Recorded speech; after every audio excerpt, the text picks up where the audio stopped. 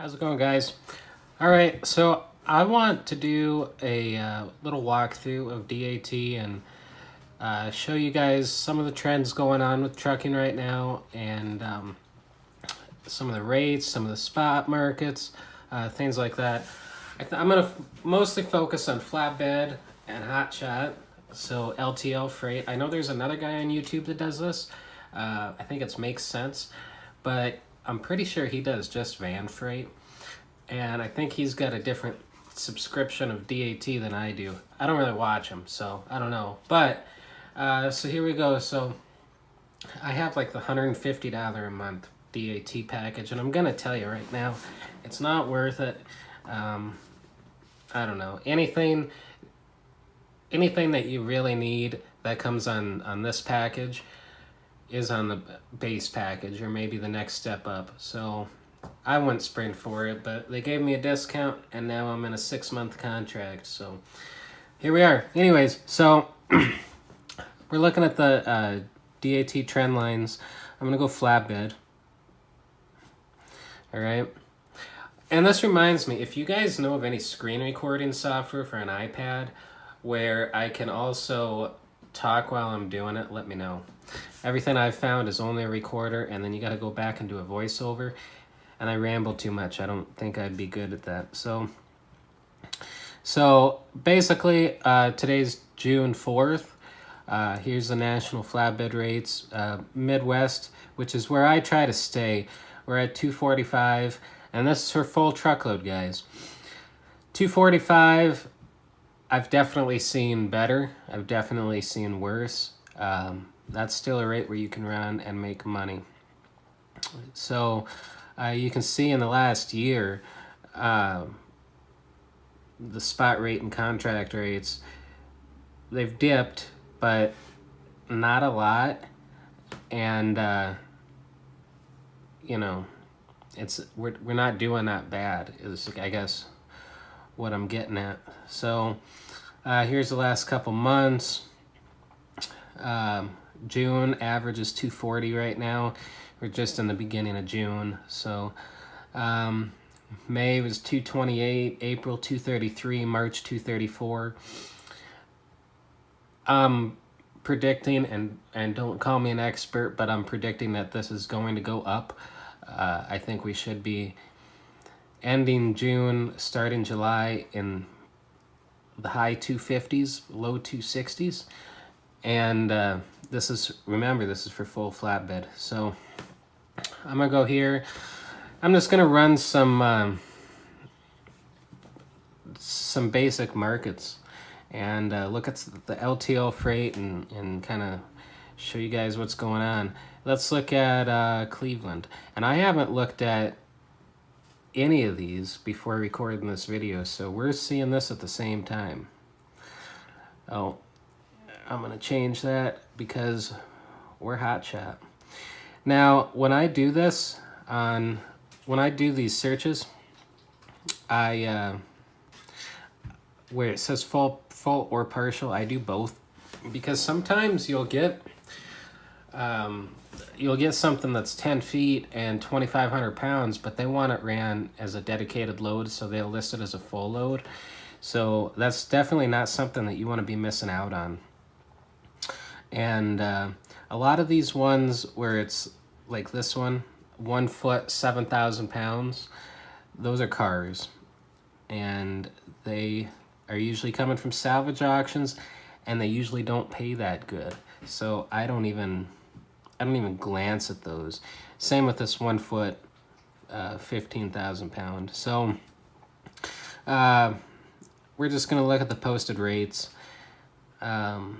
So Erie, PA to Safford, Arizona, 24 feet, 6,900 pounds, $2,000 on 25 miles. For a Hotshot, I don't know. You know, if you got a 40-foot setup, that's probably not terrible. That's about $1 a mile if you don't have much deadhead, and you might be able to find something else for $1 or $1.25.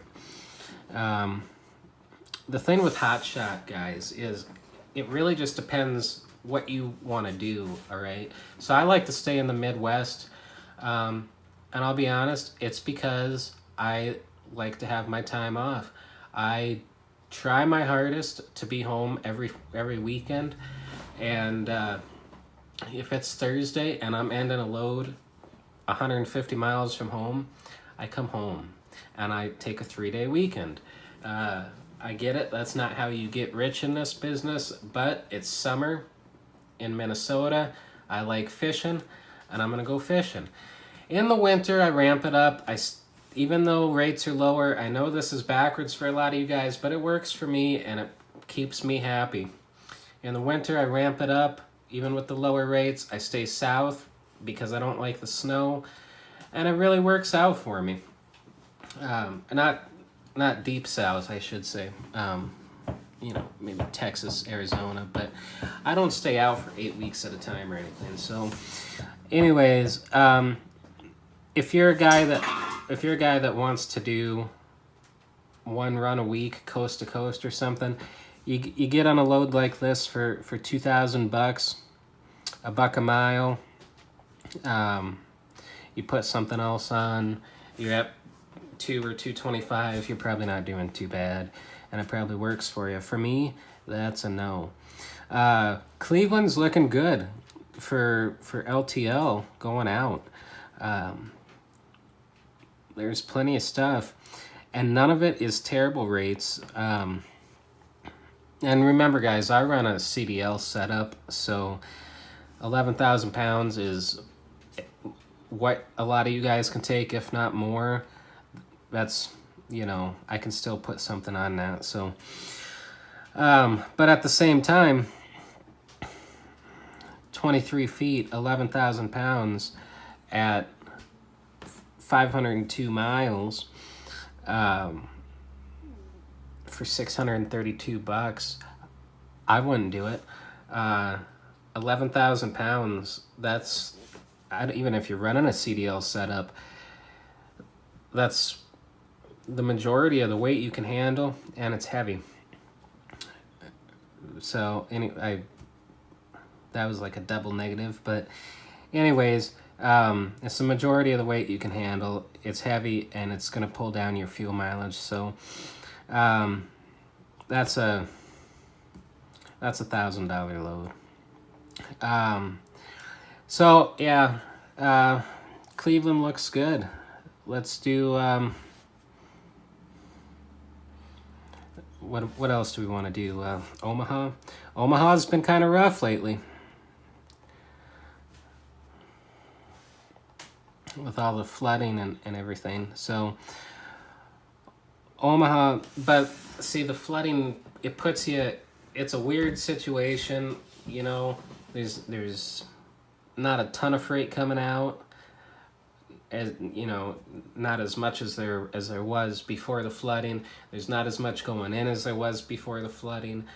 But on the flip side, the trucks that are there are usually going to come out making pretty decent money, and this is a perfect example. We got a little deadhead. I guess this is a power only, but that's kind of better.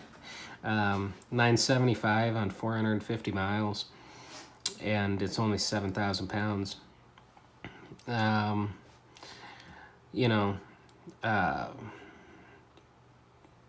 feet, 8,700 pounds, $850 on 1,200 miles. John Deere tractor. Here's the thing, guys. Tractors, skid steers, equipment like that, it usually moves pretty expensive. So they're trying to get $850. They're trying to pay $850 on 1,167 miles. I mean, that's at minimum $1 a mile load. I think even $1.25 is fair. And the reason why that moves expensive is because it is expensive. What's a skid steer cost? $60,000-$80,000. You're taking a risk, and you need to charge accordingly. It's no different than hazmat. If you're hauling 10,000 gallons of paint, you're taking a risk that if you roll your truck, you're gonna have a serious situation, and you charge accordingly, and shippers pay accordingly. So, not a lot of other rates posted, but if I was in Omaha right now, I would not have a problem getting out. I would at least have the capability to get out. Whether or not I moved on a acceptable rate for me is a different story. All right, let's try something I'm not familiar with at all. Dallas.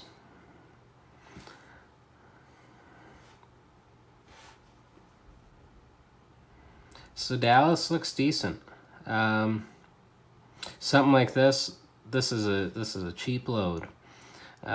35 feet, 12,000 pounds, going 1,714 miles for $2,000. The reason it's cheap is because it's a vehicle. They always move cheap, and it might be two. So that'd be a full truckload for me. That's something where you need to get, and it's heavy. You need to get, you know, if you're trying to be profitable and you're not just trying to move to a better place, which Hartford, Connecticut, that's not really a better place. That's a $3,000 load at least. You know, you guys can look at this stuff too. I'm just kind of picking things out. 800 miles, 10 feet, 4,000 pounds, $1,200. That's a good 10 feet wide. And that's another thing.